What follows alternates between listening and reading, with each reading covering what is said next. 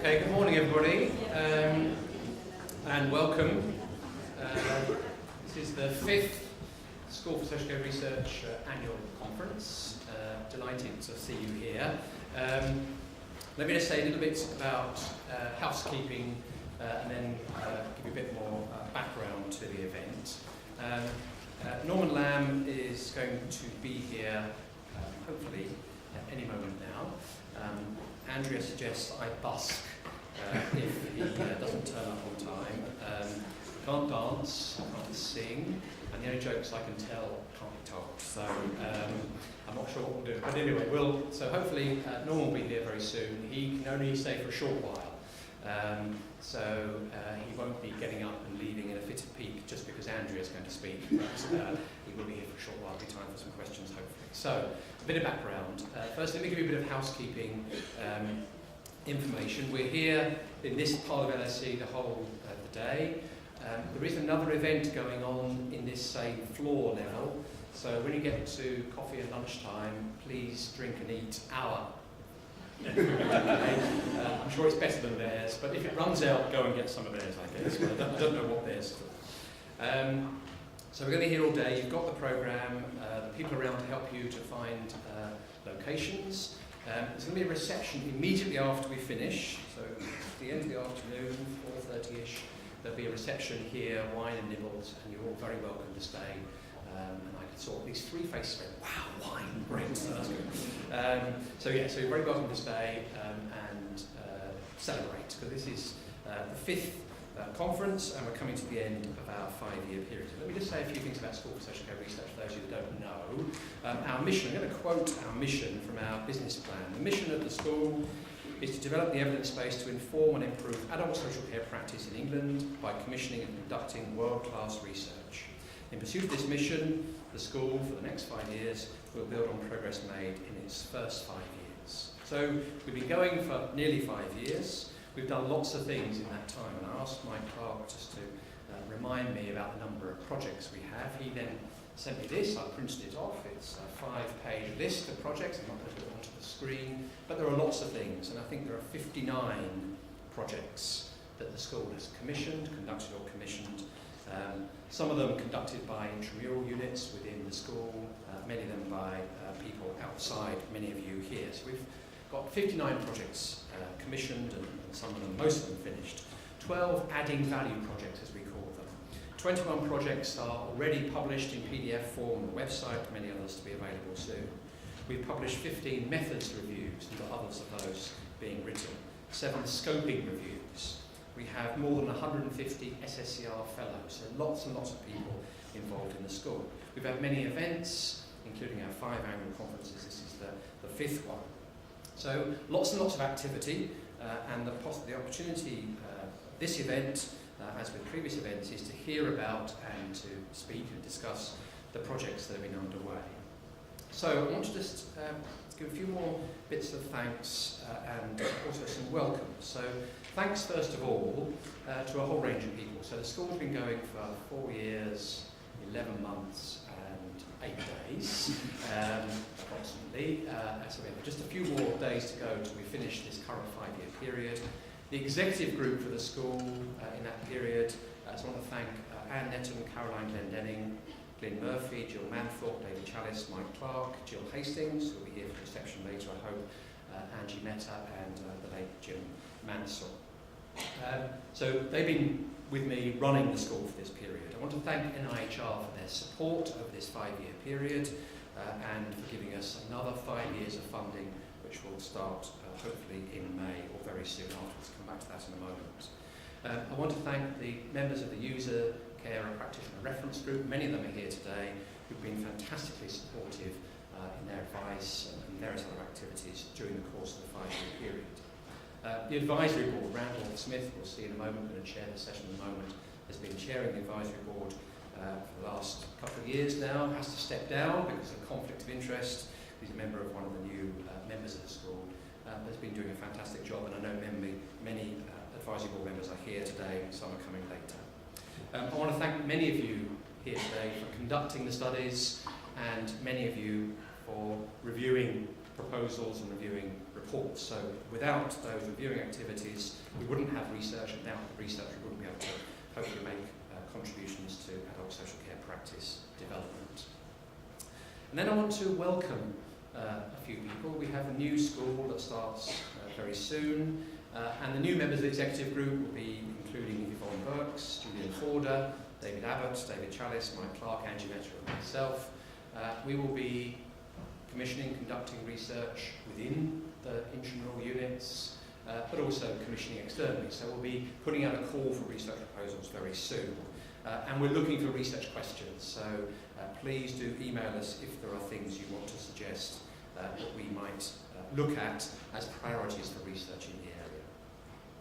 And then my final comment is my indulgence. And some of you have been to all 5 SSCR events. Some of you would have been here for the first one. The first one, 5 years ago, I was excited about lots of things, partly about the School for Social Care Research starting up, mainly about being a granddad for the first time. And my grandson, Leo, had his 5th birthday recently, and 2 or 3 occasions I've likened the development of School for Social Care Research to the development of Leo. So apologies if I'm not, this is new stuff, so you've heard some of this before, but he's now in his reception class, very much looking forward to going into a proper school. He's developed very rapidly over this 5-year period, just like the school. He's got a pretty full personality. You can see what it's going to be like for many years to come. He's a handsome lad. He's good company. I hope some of those things apply to SSCR. But there's lots of development and learning still to do, and I think there's a huge amount of fun still to have. And I want the School for Social Care Research in the next 5-year period to continue to do that development and that learning, but in the process to have fun in doing the research and then in communicating the research and discussing it.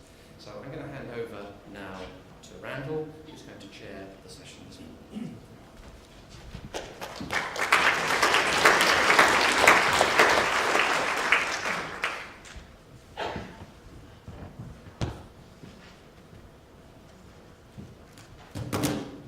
That's a good start, isn't it?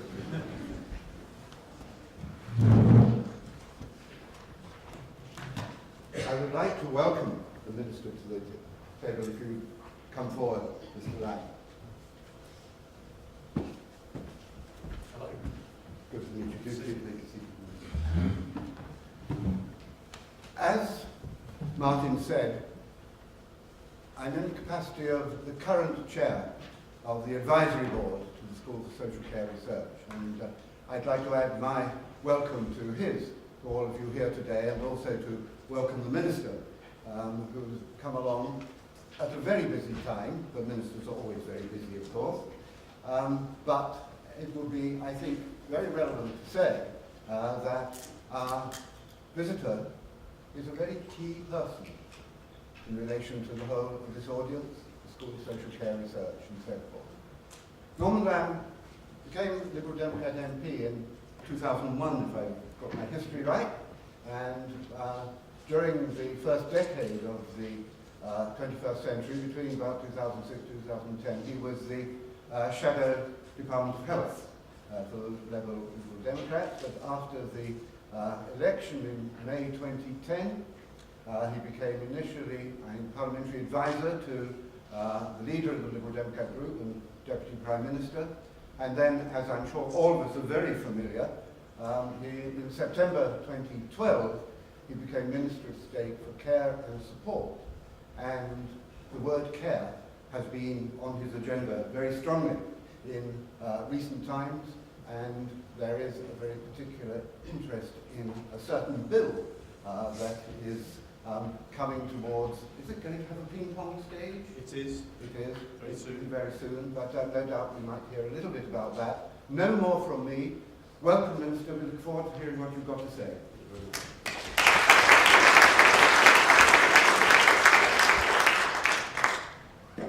Thanks very much for that introduction. I'm most impressed you've done your homework so well. And it was good to hear from Martin as well, to hear about Leo. And I noted the references to fun ahead. As the father of a 26-year-old and a 22-year-old, there's also trauma ahead. And I hope not so far as the school is concerned. And I was most impressed that, Martin, you were able to declare to all of us that the school had been going for 4 years, 11 months and 8 days. It sort of rather defines you as a sad man. So, I don't know whether you're literally having a run in total day by day, but that causes me real concern if that's the case. So look, this is the first time that I've been involved at an event here, and I'm delighted to be here. And it's really great to be in one of the most prestigious universities in the country, indeed globally, lead partner of the School for Social Care Research, part of the world-renowned University of London. Now, I'm sure you will all be aware that each of the 17 colleges of the University of London has a Latin motto which often seems on first reading quite bizarre, bearing little resemblance to the modern establishment. So Birkbeck is study by night, Royal Holloway's is to be rather than to seem to be, but LSE's motto still seems very apt. It's perhaps the simplest, to understand the causes of things. So I think that fits pretty well with the research conference, to understand the causes and the impacts of the choices that we make on our society. Your insight here is incredibly valuable, especially now, at a time when the pressures on budgets across the entire country are rising inexorably, and indeed rising across the whole of the developed world. It is absolutely vital that we achieve maximum value for every pound that we spend on health and care, and indeed that we get the system, as far as we can, working optimally to achieve the objectives that I think we all probably share. And in going about the work that I do, I try to frame it in terms of what I regard as 4 big shifts that I think need to happen to face and to meet what I regard as a sort of pretty existential challenge, given that costs across the developed world of the health and care system are rising about 4% a year, and the ability for our economy to continue to increase the funding for health and care is under enormous pressure at the moment, and indeed it's unlikely that this will be a temporary phenomenon. We've had the particular challenge of trying to overcome the pressure on public finances following the crash in 2008. But if we think about the ratio of working age people to people in retirement, which has traditionally been about 4 to 1, shifting to about 2 to 1, we realise the burden on people who are working and paying taxes just gets ever greater. And so finding ways of meeting this extraordinary challenge is of enormous importance. And so the 4 big shifts that I talk about, first of all, I think a fundamental shift from what I would regard as repair to prevention. We have invested a very substantial amount of extra money in the health system over the last decade, but it's primarily been at the repair end, at the acute end of the spectrum. There has been little focus or incentive to improve the prevention of ill health, or indeed to improve the prevention of deterioration of health for all of those people living with chronic conditions. So that, I think, is a fundamental shift we have to achieve. The second big shift is from what I regard as a horribly fragmented system, not just between health and social care, but within the health system, between mental health and physical health, between primary care and secondary care. None of this makes any sense from the patient's point of view, and I think it has to change to a much more joined up, more integrated system, joined up around the needs of the individual, not the needs of the system or the institution. The third big shift is from what I think actually, if we're honest, is a pretty sort of paternalistic system. We know best what is good for you, to one that is acutely personal, that emphasises the individual's priorities, what's important to them, rather than making assumptions about what is good for them.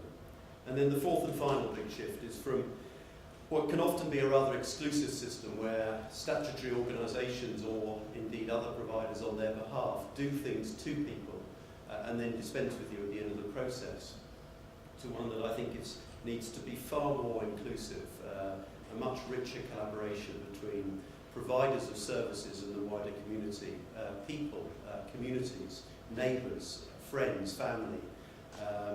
And indeed, when I met with a group of social entrepreneurs recently, we were talking about the graph of doom that everybody obsesses and gets angst over in terms of the funding of local government being more and more swamped by the cost of social care. One of the people present said to me, no, we have on our wall not the graph of doom, but the graph of hope. We just look at that burgeoning number of healthy people in retirement, along with those others who have long-term conditions. And there is a sort of an army of people who often want to give something back, want to contribute something back to their community, but quite often don't know how to. And it's how we unleash the power of those people, which I think provides us with part of the answer to our challenge. But if our methods of achieving greater value aren't working, we need to understand why they aren't and how we can change them.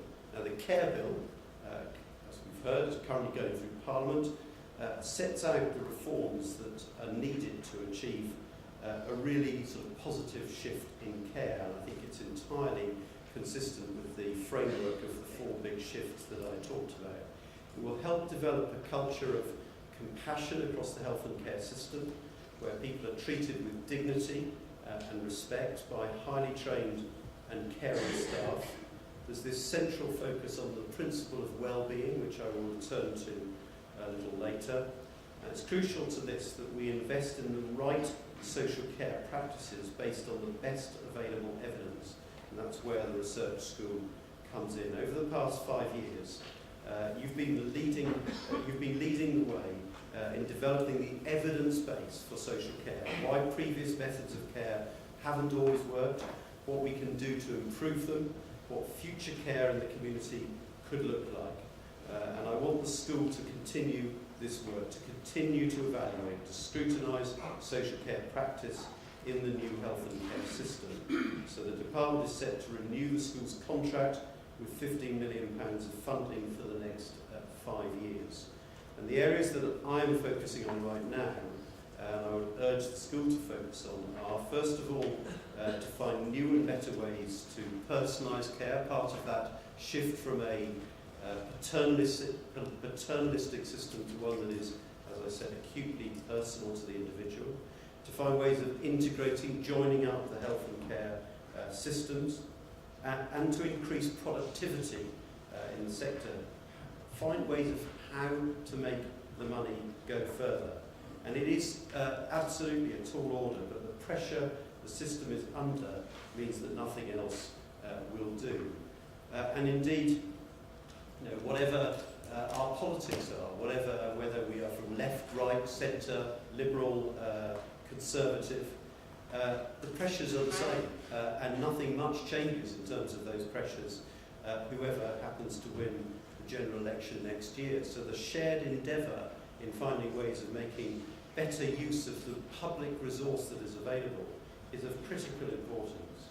So the number of older people is rising, we're living longer, and people are living with more complex health problems, often with more than one long-term condition. At the moment, we have about 1.9 million people living with 3 or more conditions, often a mix of physical health and mental health problems. That increases to about 3 million by 2025. The severity of the situation clearly needs careful planning and consideration if we are to meet that extraordinary rising demand.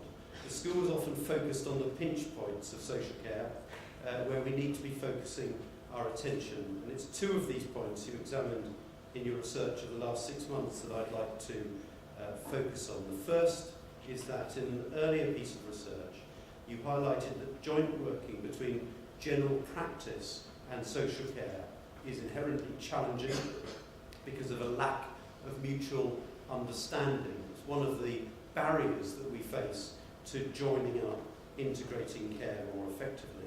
In the past, there has been a desire for integrated services from the public, but a lack of action in the system to actually bring it about. I remember as opposition spokesman in the latter part of the last decade talking constantly about the need to shift towards an integrated care model.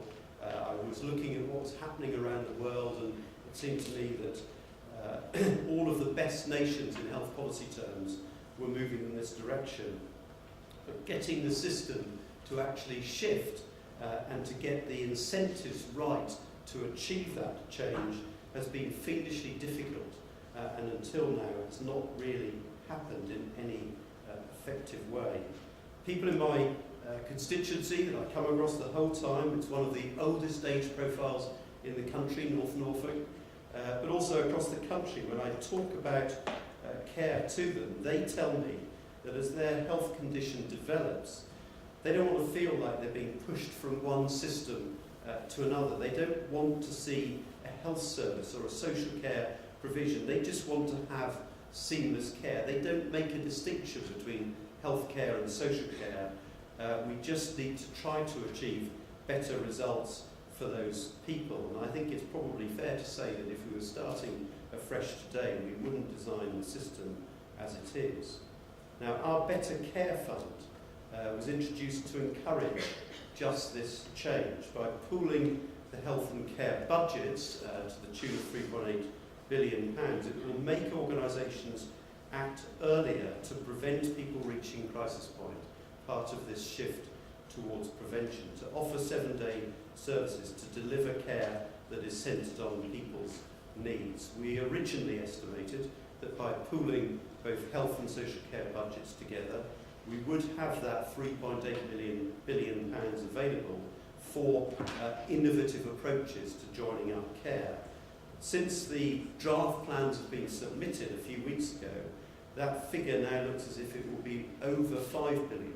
So local areas have chosen to be more ambitious, to pool more of their budgets than we asked them to as part of this plan. And I have encouraged them to do that if they think it makes sense for them. Others have chosen to take a very much of a stepped approach, making sure that they get it right with their share of the £3.8 billion before moving on to the next stage. But for me, and for my vision of the future, this is just the start. This is not, rather frustratingly, it's a one-year plan in terms of the spending review that we set for 15-16.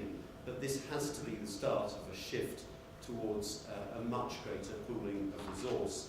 And it seems to me my preference, and I hope my party's preference at the next election, will be to pool the whole resource so that we avoid, as far as possible, gaming between the two systems. But I think there has been great local leadership in the way in which areas have started to do their work in planning for the arrival of the Better Care Fund. The second point that you have also focused on is how we can make care more personal, another of those shifts that I referred to earlier. Your recent findings showed that many older people may be missing out on the benefits of personal budgets because they cannot shape services to their personal preferences. We're working to give more people a say in their care as much as possible and to give them the tools to do so. This goal runs throughout the care bill, which crucially focuses on what people want to get out of the health and care system. Whatever their needs are, if people have a disability or a mental health condition, they need to feel that they will be supported, but critically supported to determine what their priorities are, what is important for them, and for those priorities to be respected and indeed achieved. And it makes sense, each one of us is obviously self-evidently different. We have our own priorities and our own goals in life. Under this approach, everyone who needs help will get a personalised care and support plan which will set out how their needs will be met. It will also give people more control and say over how, when and where they get the care that they need. The Care Bill will, for the first time, make personal budgets the norm as part of the care plan. It will be part of the legislation. They will give people more power and say than they've had before.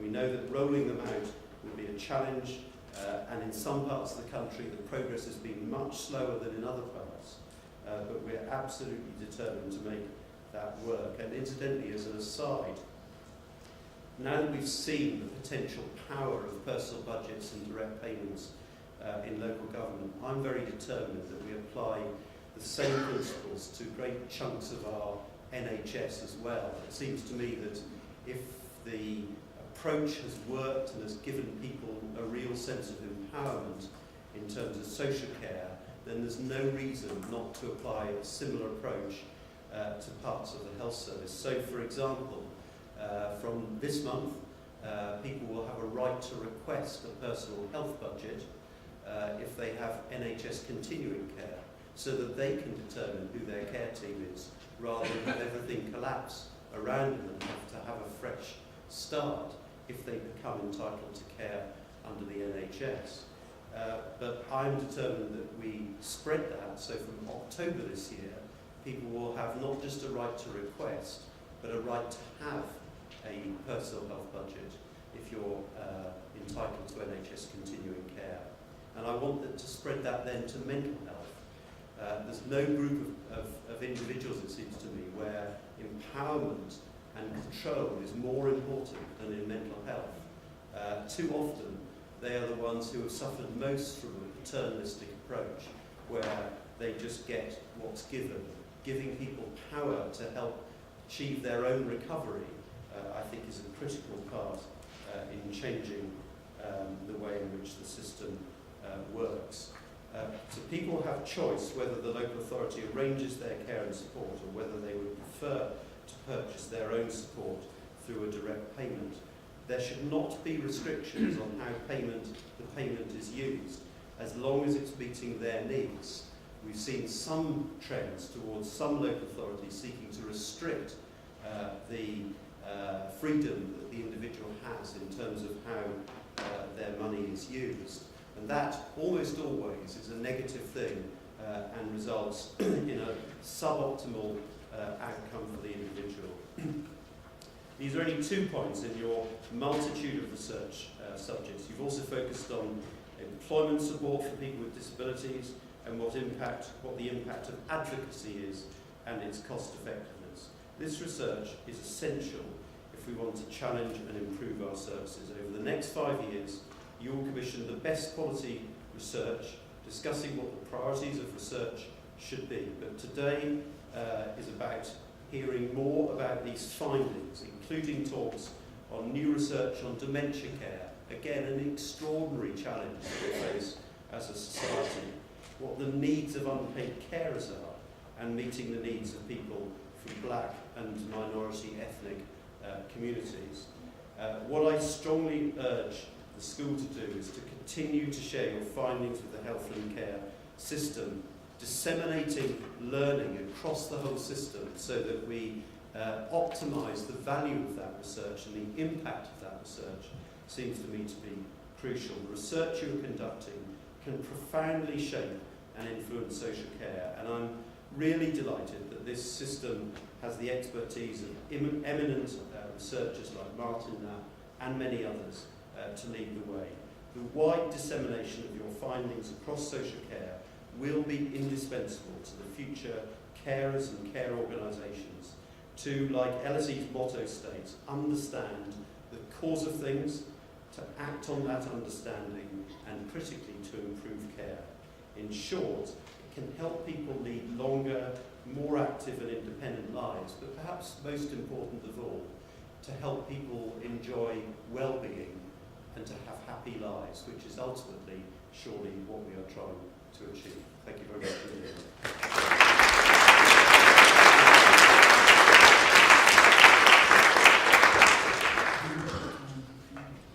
Do I have time for a few minutes of questions? I do. Excellent. I'm going to suggest that 2 or 3 comments might be taken from the floor and then ask you to respond, Minister, if I may. Now, who would like to take the opportunity? I see a hand up just there. Shall I shout? Yes, shout. That would be good. I just wanted to ask about the cultural issues around personalisation, particularly in the NHS. I asked a question about personal health budgets at a King's Fund conference recently to a mainly medical audience, and I was really drummed out of the room, and it was described as a zombie policy, a policy that's still walking around but is basically dead. So how do we deal with those sorts of cultural intransigence to taking personalisation forward? Very, very interesting. Are we going to get a couple more? Couple more, yes. What was your name? Yes, I'm Simon Lockie from Independent Aid. right, thank you. I haven't got my long distance specs on, so wave. Please. I'm Jenny Wilding from Research Plus in Norfolk. Oh, hello. You're not a constituent, are you? No, I'm not. I wanted to ask a question which is not so much research-based, but about getting better value services. And how I know in Norfolk we have the older people's forums, and some of them are very active. And you talked about retired people who are still fit and healthy and wanting to contribute. And I wonder if you could say a bit about how you see older people's forums and organisations like that contributing to better health and social care. Thank you, Jenny. Yes, just over here. I'm Jean Carlin. I'm as a carer on the advisory group, the reference group. Yeah. My daughter has a personal health budget. What I want to ask you about is the process by which people come to that stage. If you look at the process through which you get continuing health care, it's probably the least person-centred or personalised process in existence. And some of that is about what the gentleman over there spoke about, the culture within health. And I think that if getting money through continuing health care is going to lead to a personal health budget, we need to bring the process into line with the outcome. Thank you. Minister. Blimey, three really good questions. Well, Simon, I mean, your experience at that King's Fund event is both shocking and outrageous, but also sadly rather predictable. And it really does sort of demonstrate the sort of cultural change that's needed. And it, you know, one of my four big shifts from maternalism to personal. And it just demonstrates exactly the way too many people in the NHS see the world. This idea that the clinician knows best has to be challenged. And I mean, we have the research evidence to back it up. We've done pilots. They were started by the last government, completed by this one. The evaluation showed very clearly the potential benefits of this. And yet there is a sort of stubborn refusal by many to recognise the potential of this. And you know, when I met, in a research sort of facility to talk about the sort of anecdotal experience, but when I met a chap who lives on his wheelchair, who'd been part of that pilot of personal health budgets. And when you hear from an individual how that control has changed his life and how he's ended up not going in and out of hospital as he always used to, because he actually can determine what's important for him and what affects his health, you realise the potential power of this. In a way, your experience just demonstrates that this is a massive cultural change that has to happen, and it doesn't happen overnight. And I'm fully aware that, you know, first of all, when I came into my job, I was told we're planning a right to request a personal health budget for NHS continuing care. And my instinct was, well, that will change absolutely nothing, because a right to request can be refused. So we've got to first of all have a right to have. So that's what comes in October. But even that will not change things in very many places, because still there will be ways found of just resisting. And of course, people won't be told about their right in many places. So we do have to have a sort of sense of a movement of change and to challenge wherever we see it, that the old way of doing things, which resists the overwhelming sort of principle that people's own priorities should be what counts. So thank you for that reminder of how big the challenge is that we face. And the idea that it's seen as a zombie policy is just so depressing, but has to be challenged fundamentally. And it's not a zombie policy. This is the direction of travel for as long as I'm in this job. But as a Liberal Democrat, I never dreamt I'd be in this job. So I'm determined to make the best of it while I've got the chance. It's the sort of mindset that I have. So Jenny, I mean, these old people's forums are fantastically valuable ways of giving people a voice that hitherto haven't had one. And commissioners of care, first of all, have to start, where they're not already, engaging far more with the voice of users of services.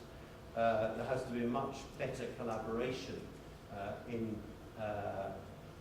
working out what services should be commissioned locally.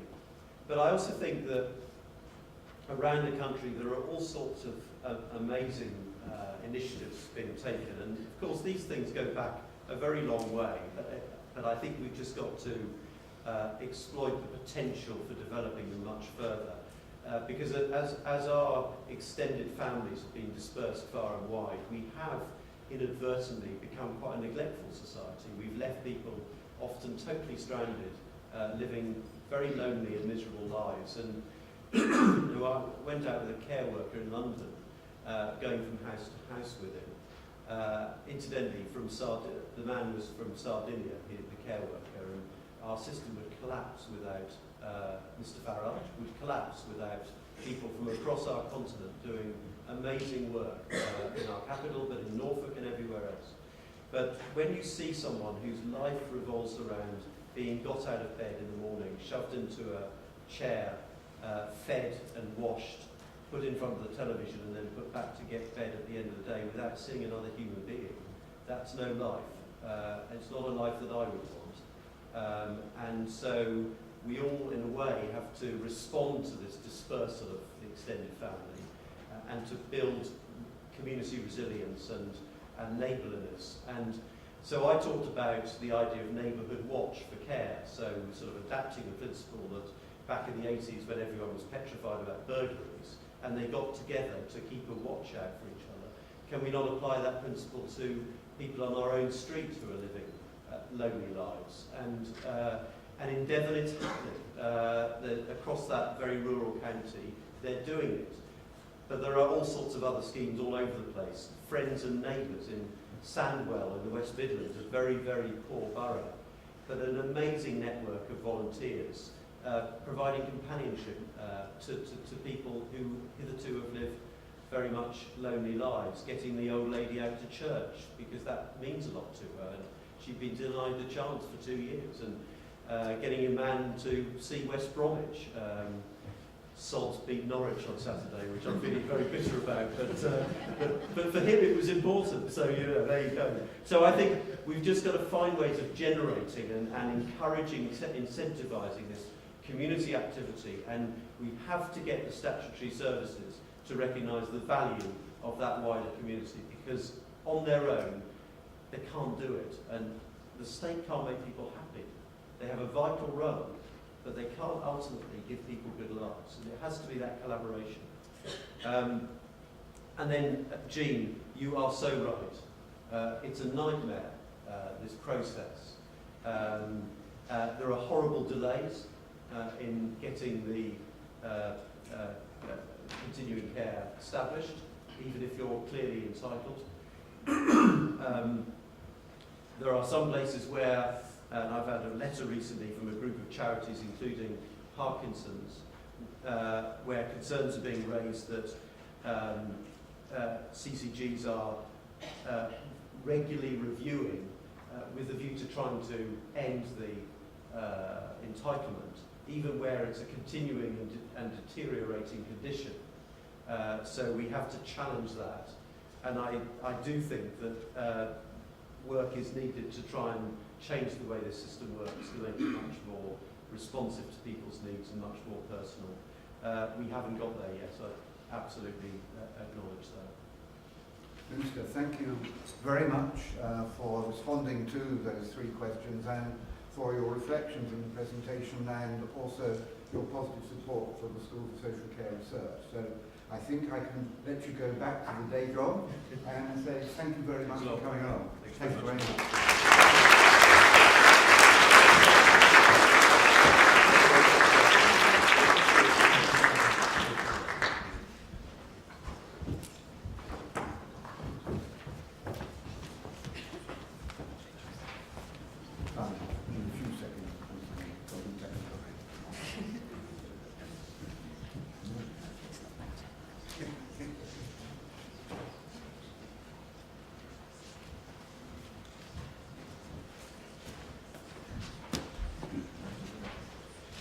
Okay, we're now going to go into our second plenary session, and I'm delighted to welcome Andrew Sutcliffe, who is now the Chief Inspector of Adult Social Care at the CQC, as I'm sure everybody in the room is aware, but previously was for a couple of years or so Chief Executive of the Social Care Institute for Excellence, and I might add a critical, friendly supporter of the advisory board to SSRC. So thank you very much for that, and thank you very much for coming here today. I could go into your prehistory, but I think we want to hear what you have to say. Thank you, Andrew.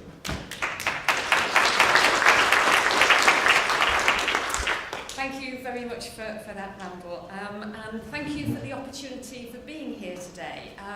For those of you who follow me on Twitter, you will know that I need cheering up this morning because I watched my team lose 5-1 last night. And I got very cold in the process. So what better opportunity to make my day than to come back to the London School of Economics, where I was a history undergraduate quite a few years ago.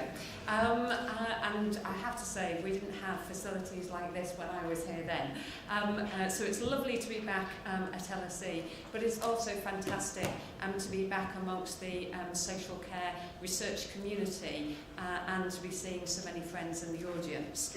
And also, obviously, to have the opportunity to talk about the evidence base to what we're doing at the Care Quality Commission and to try and address the question, can we use what we do to improve services? Which I think was the challenge that Norman was setting for all of us in his closing remarks in his speech.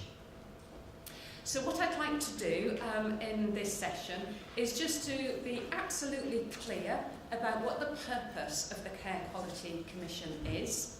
For those of you who haven't heard it yet, and some of you I know have, so apologies for the repetition, but it bears repeating. I just want to focus on what I've called the mum test, which is at the heart of what we want to do at the Care Quality Commission in terms of improving our approach to the regulation and inspection of adult social care. I then want to spend some time reflecting on how we do indeed use evidence in the way that we approach the regulation and inspection of adult social care, and then come back to this question of service improvement at the end. So in terms of being clear about the role and the purpose of the Care Quality Commission, this was work that was done before I was even a twinkle in David Behan's eye as the Chief Inspector, and was the product of an awful lot of hard work responding to quite a lot of criticism that we'd had, that people didn't know what the Care Quality Commission was about, wasn't clear about what we were there for, or indeed how we would do it. So a lot of work went to craft this sentence. And we're here to make sure that health and social care services provide people with safe, effective, compassionate, high-quality care, and we encourage services to improve. There were some very important messages in that purpose. One of the critical ones being that we don't do the improvement, we don't do the provision. That is actually the responsibility of those people who are providing that care and commissioning that care. So we need to be working through providers and commissioners to make sure that services are provided in the way that we would want them to be provided. So we are going to be monitoring, inspecting and regulating services to make sure that they meet those fundamental standards, and publishing our findings. And one of the things that I think that we can do with the publication of our findings is be absolutely clear about the judgments that we're making, identifying how services can improve and pointing them in the direction that they need to go to make those improvements. But for me, it's all about the people. All of us in social care, whether we're working in delivering services, managing services, whether we're researching services, whether we're inspecting them, the reason why we do this is because of the people who use those services and the fact that they deserve to have the very best that they can have. And I've called this the mum test. And the question I want my inspectors to be asking when they are looking at a service is this service good enough for my mum? It doesn't necessarily have to be your mum, especially if you don't like her. It could be yourself, it could be your father, a sibling, a child, depending on the nature of the service. Basically, it's anybody that you love and care for. Would you want them to be having this service? And if the answer is yes, well, that's fantastic. We should be positive about that and we should celebrate it. And that again is something that we don't do enough of in adult social care, is to be positive about some of the great service that does exist. But if it's not good enough for my mum, then it's not good enough for anybody's mum. And we need to do something about it. And the way that we are going to do that is to ask of all of the services that we regulate 5 key questions. So is the service safe? Is it effective? Is it responsive to people's needs? Is it caring? And is it well led? And the reason why we're asking those questions is because that's what people have told us really matters to them. Of course, the way that we ask those questions will be different depending on the nature of the service. Effectiveness in the health service is different to effectiveness in adult social care, where we're supporting people in their whole lives to be as independent as they possibly can. But the overarching framework will be the same. But one of the new questions that we're asking is the question about, is a service well led? And the reason why we're asking that question is because as inspectors, as regulators, our interventions are only momentary. We go in and we come out. We'll write a report, we'll keep an eye on what's happening, but actually, how do we know that the quality that we see can be sustained after we've walked out the door? And equally, how do we know that if we've said a service requires improvement, that there is capacity for that improvement to be achieved? And the way that we're going to be able to answer those questions is to understand how well led an organisation is. You know, whether it's innovative, whether it's creative, whether it's looking for the best practice, whether indeed it's using the findings of research. So we will apply those 5 key questions through our new operating model, which starts with registration, a rigorous and robust test, making sure that providers know what it is that they are signing up to. We'll continue to monitor what's happening in the service, both by looking at some of the basic information that we have, either through the national minimum data set that goes to Skills for Care, or indeed information that we can get from people using services and from staff and from local groups, like the groups that we were hearing about in Norfolk, but also Local Health Watch.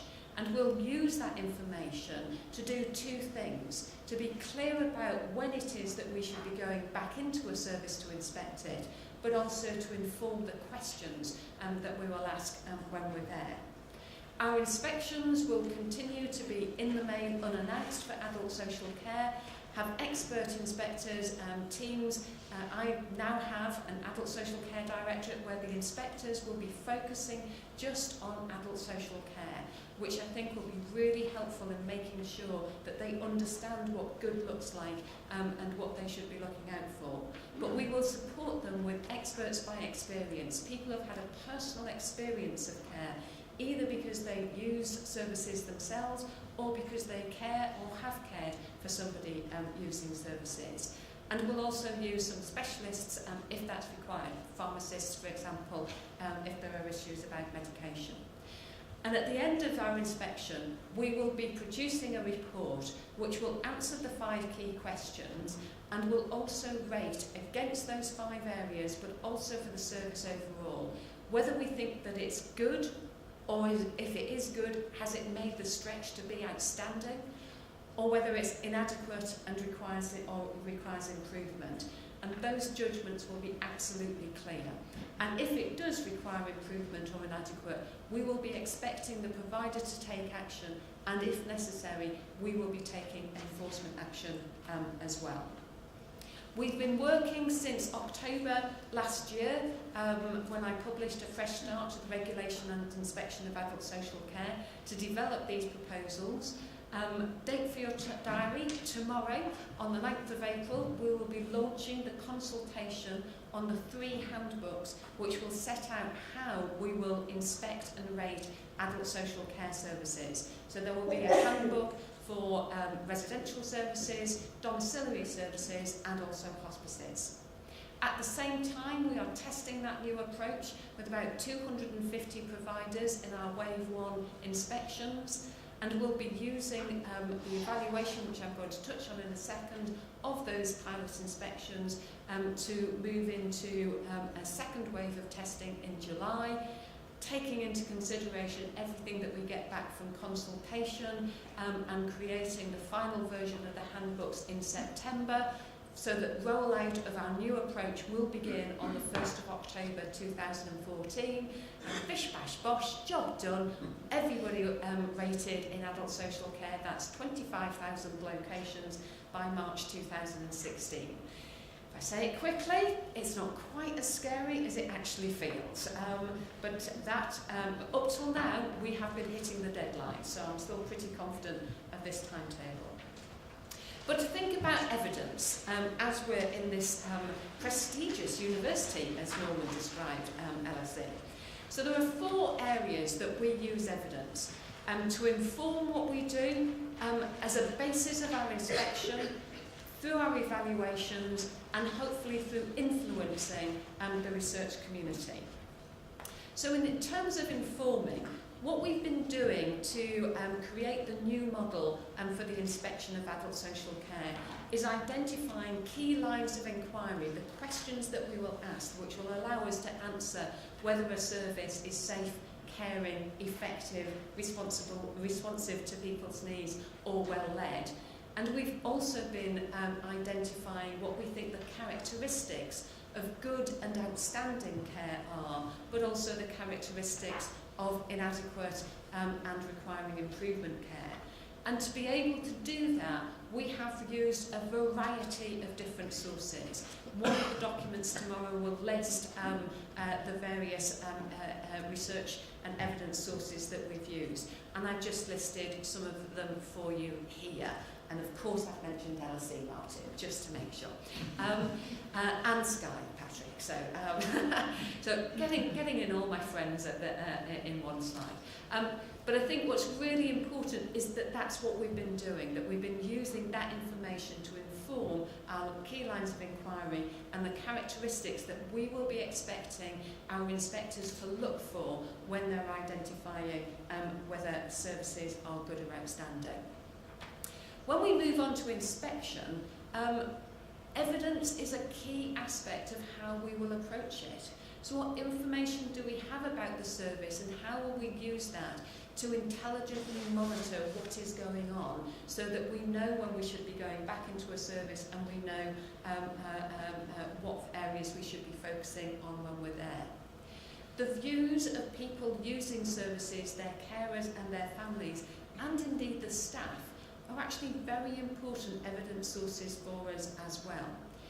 One of the things that I've been struck by when I've gone on inspections is how we actually follow through what we're saying we're doing through care plans and then testing out to make sure that that's happening, and care plan tracking, an incredibly insightful way of finding out whether we are truly listening to these are the people who are using the services, personalising their care and responding to that.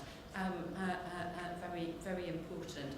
And of course using observation techniques and looking at records. But it's a kind of collective evidence base that we're using to inform the judgments that we will make from our inspections.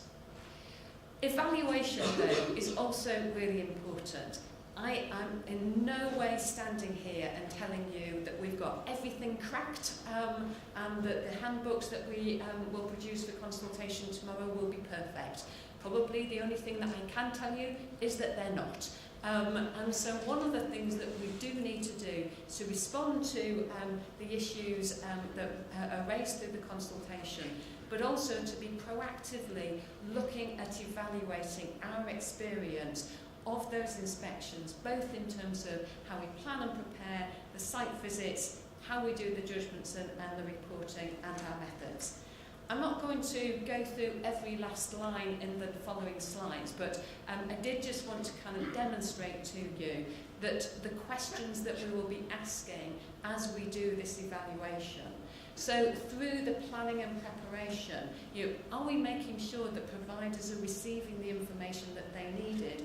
And what was their experience? Because we need to make sure that the way that we do this is efficient and effective, both for us and providers, so that we get the right information at the right time. But we also need to make sure that people who are using the services, carers and other stakeholders, are able to share their views, and we will do that. We'll be looking at how we're running the site visits, what the constitution of the team is and whether that's appropriate. And we're also, very importantly, going to be looking at were we able to reach consistent and reliable judgments. Whenever I talk to people, be it providers who are concerned about making sure that we're consistent from Netherwell up to Newcastle, or indeed people who are using services or their families and friends who want to make sure that they can rely upon the information that we're providing, consistency is a really important question for them. So that's something that we will test. So the methods that we're going to use there will be, there are targeted questions and the information return that we're asking providers to complete. We're conducting post-inspection surveys with providers, and there will be some in-depth interviews with a random selection of them. We'll also be talking to the people who are conducting the inspections, and some rapid feedback, lesson learned calls on a weekly basis, but also talking to the additional members of the inspection team, our experts by experience and our specialists.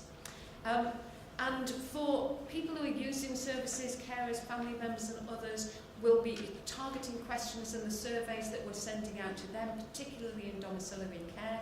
We'll be testing with people who are using services what they think of our reports when we write them. Again, it's all well and good as having a fantastic report that lots of professionals think is great, but actually the people who really need this information and to be able to use it are the people who are making decisions about the care that they're receiving.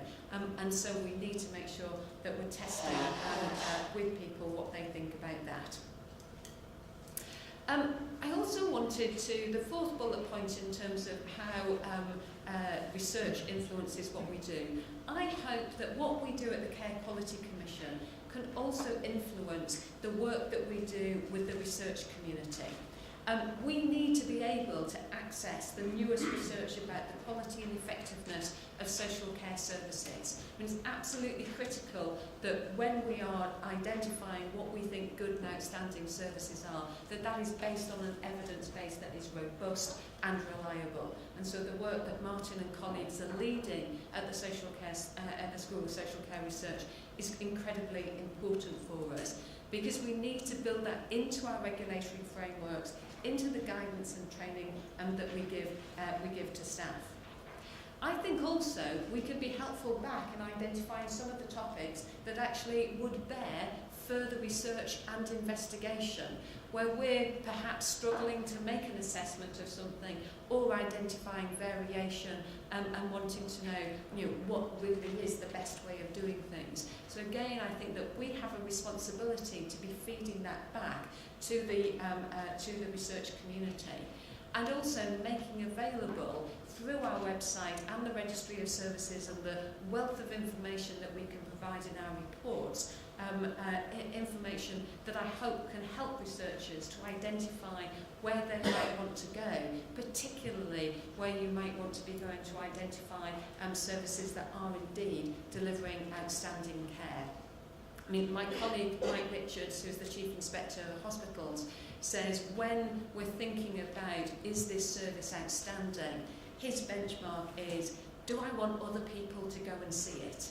And if that's the case, well, actually, outstanding is entirely appropriate. And I think that that's something that can feed into what we're doing from a research basis as well. So we do have a really unique and privileged position to be able to go into services, identify these things and share that. And we can do that on a flexible basis. So I really hope that we can provide that information for you and engage in an active dialogue with people so that we can indeed make the most of each other's strengths in terms of what we can learn and find out and what you can do as well.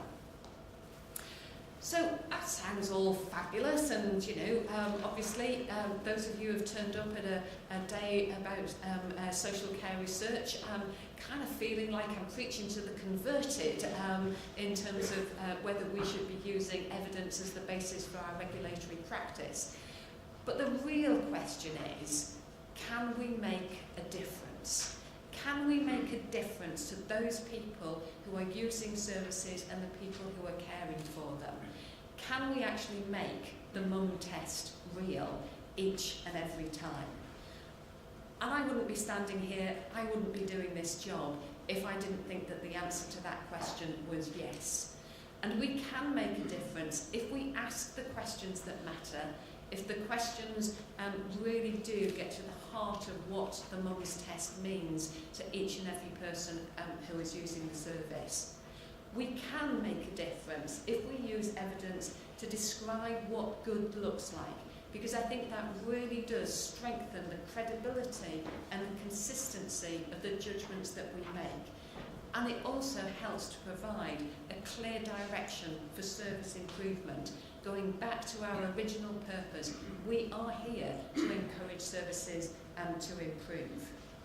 We can make a difference if we use information and evidence from on-site inspection to inform our judgments, and people can absolutely see that there is a golden thread from the information that we've used, the inspection and findings that we have, and the judgments that we make. And we're clear about sharing that information through the ratings of identifying whether services are inadequate, requiring improvement, good or outstanding. And I also think we can help to make a difference if our insight is used to inform further analysis and research. And it goes back to what Norman Land said at the end of his speech as well, and returning to the motto of LSE, which I have to confess I've completely forgotten. So that's how much it meant to me when I was an undergraduate. But to understand the causes of things, to act on that, and to improve services as a consequence. I think that's what we're all here trying to do. I'd like to thank you for your attention here. If you've liked any of what I've said, want to hear more, I write a weekly blog telling you what's going on in adult social care. Sometimes I despair about my football team and other things as well. And today's blog is on the website and has a very special mention for this conference as well. And you can also follow me on Twitter at CrouchAndTiger7. But thank you very much.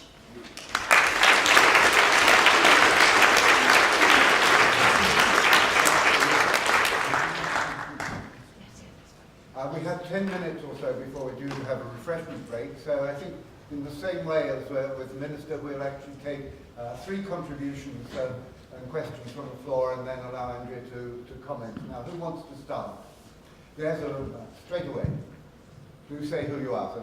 I'm Brendan Martin, Public World. I want to take you back to one of your opening remarks about your mission. And particularly the phrase, to make sure, and the tension it seems to me there is between making sure and your acknowledgement that you don't actually deliver the service.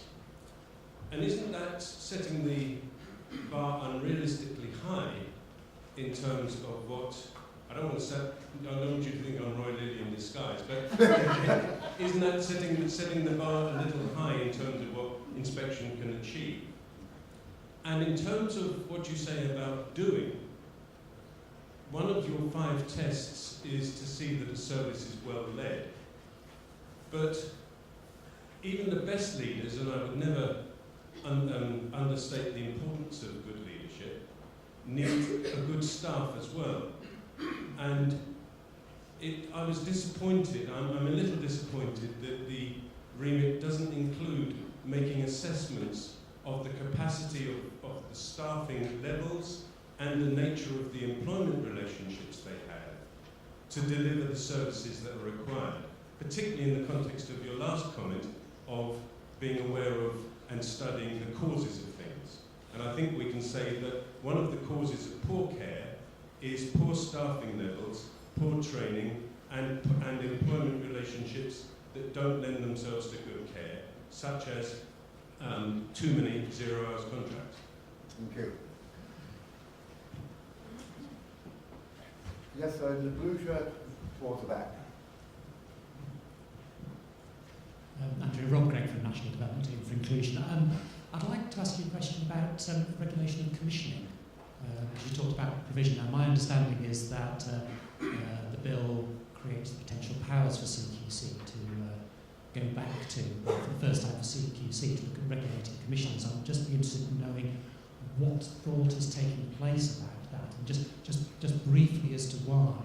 There seem to be 2 important reasons. One is, to a great extent, providers can only provide things they've been commissioned to do. In some recent work we've done for the School for Social Care Research, we came across clear evidence of providers saying, we know this isn't evidence-based and won't work, but it's what the Commission has specified, so we're doing it. And secondly, because quite a lot of the preventative services that the Minister talked about are outside the scope of the providers that you can regulate at the moment. So we've recently finished the employment research for the school here, and much of that, where our research showed 2/3 of the money spent on non-evidence-based support, i.e. they don't get people jobs, is going to be outside the provider regulatory framework, so commissioners have to be looked at. Thank you. Third comment or query? Yeah, is there one there? Yes, excellent. Thank you. Hi, Carl Allen. I'm the fellow listening when organizations consistently pass all tests or when they want to look for innovation because it's not appearing. One of the things I look at are complaint systems, how they operate, whistleblowing, and employment tribunal cases in order to get, at avenues, at approaches that are not normally used in inspection. And I hear no mention of it in the process for inspection. I wondered why that may be. Thank you.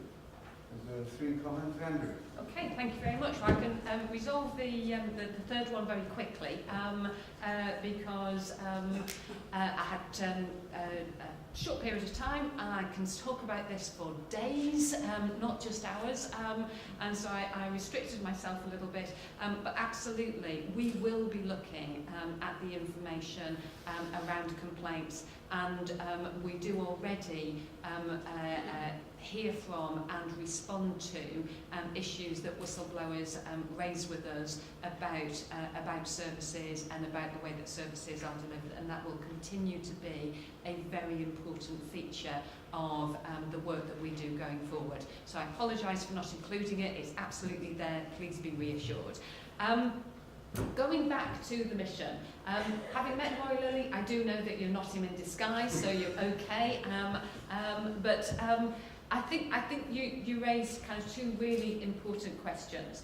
The first is, and Derek's kind of had this raised with me by others as well, is how do we set ourselves an unrealistically high bar, and how do we cope with that really? So you're absolutely right. We don't provide the service. We can't be there all the time. We can't be absolutely convinced about the service being perfect and as we would want it to be all the time.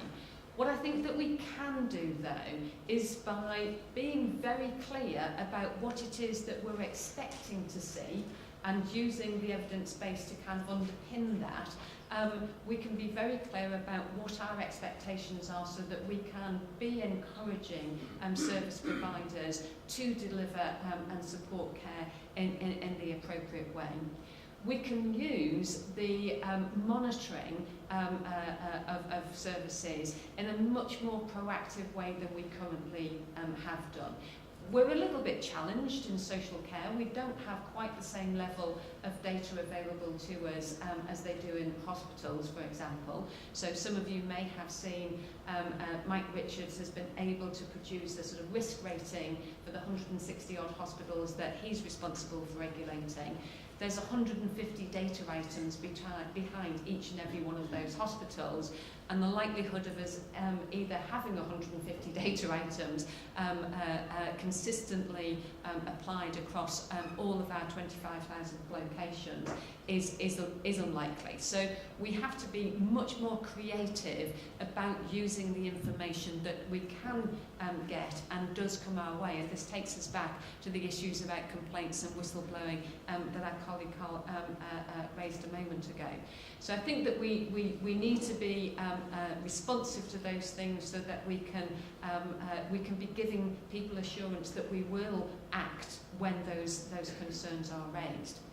Inspection doesn't identify absolutely everything, but we are wanting to make sure that by using that information to focus our activity, to try and make sure that our inspectors have got as much information before they go to the service as possible, so they can spend as much time as possible talking to the people who are using the service, talking to the staff in a confidential way, and talking to relatives and other professionals.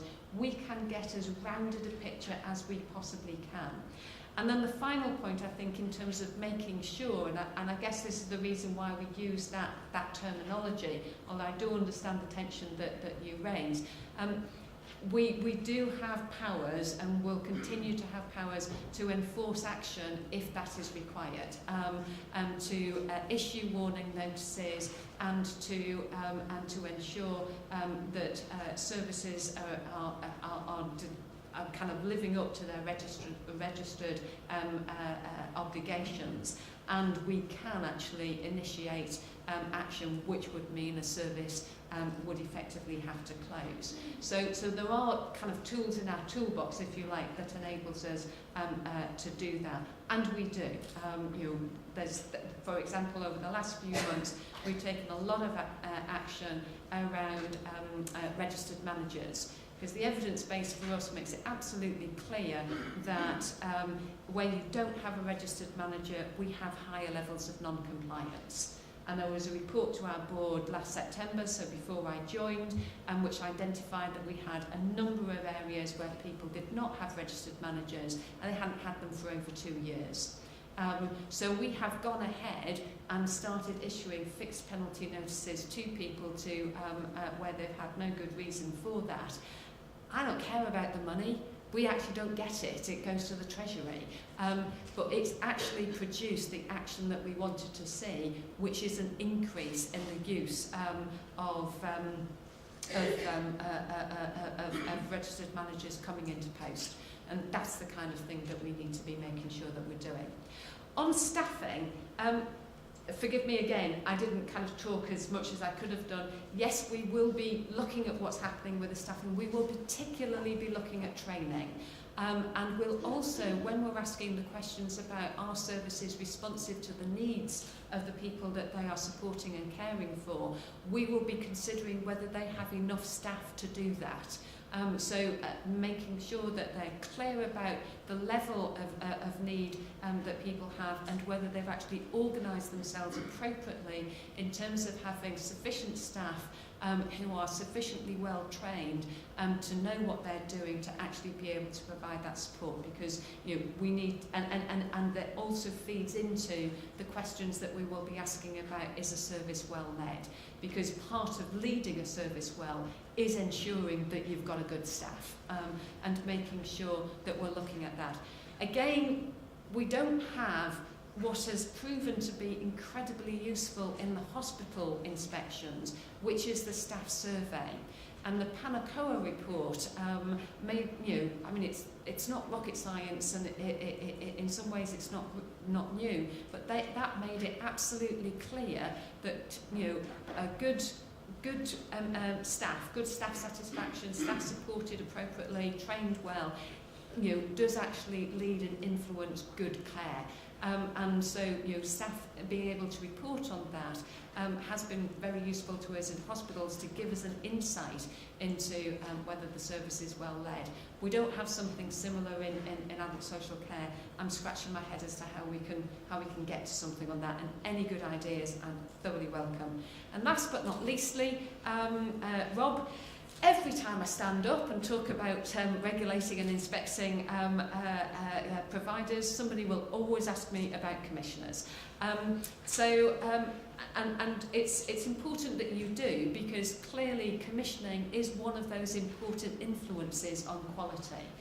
The absolutely fundamental influence on quality is the nature of what's happening on the ground in terms of the services being provided, how well staff are trained, how the provider is organising things, how it's commissioned, and what the role of the regulator and other professional regulators is. So they are indeed one of the influences. It's not the only one, and it's not just local authorities. In our world, it's clinical commissioning groups, and it's obviously individuals themselves, either through personal budgets or as self-funders. The bill gives us powers to look at specific issues around commissioning if we are requested to do so by the Secretary of State for Health and the Secretary of State for the Local Government and Communities, DCLG. I got that the wrong way around, but you know how I'm talking about. And so that's once the bill passes into being an act, that will be there. I'm pretty convinced we will get asked that question at some stage. I'd quite like it not to be immediately, because I've got the odd one or two things on the go at the moment. But we are starting to think about, well, what is it that we would be wanting to do there? How can we do that? It's not about regular review of commissioning in terms of going into local authorities on an annual regular basis, as happened in bygone days between the Social Services Inspectorate and the Audit Commission. It's much more focusing on specific issues that we would be looking at, and we will be having to think about what the methodology is for that, and how we would address it. Thank you. Thank you, Andrea, for both your presentation and for the response to 3 questions. It's now time for a refreshment break. We're a little behind schedule by 5 minutes. I suggest the parallel sessions begin at 11:30 rather than 11:25. But before we go to our breakfast break, can I ask you to say thank you on behalf of everybody for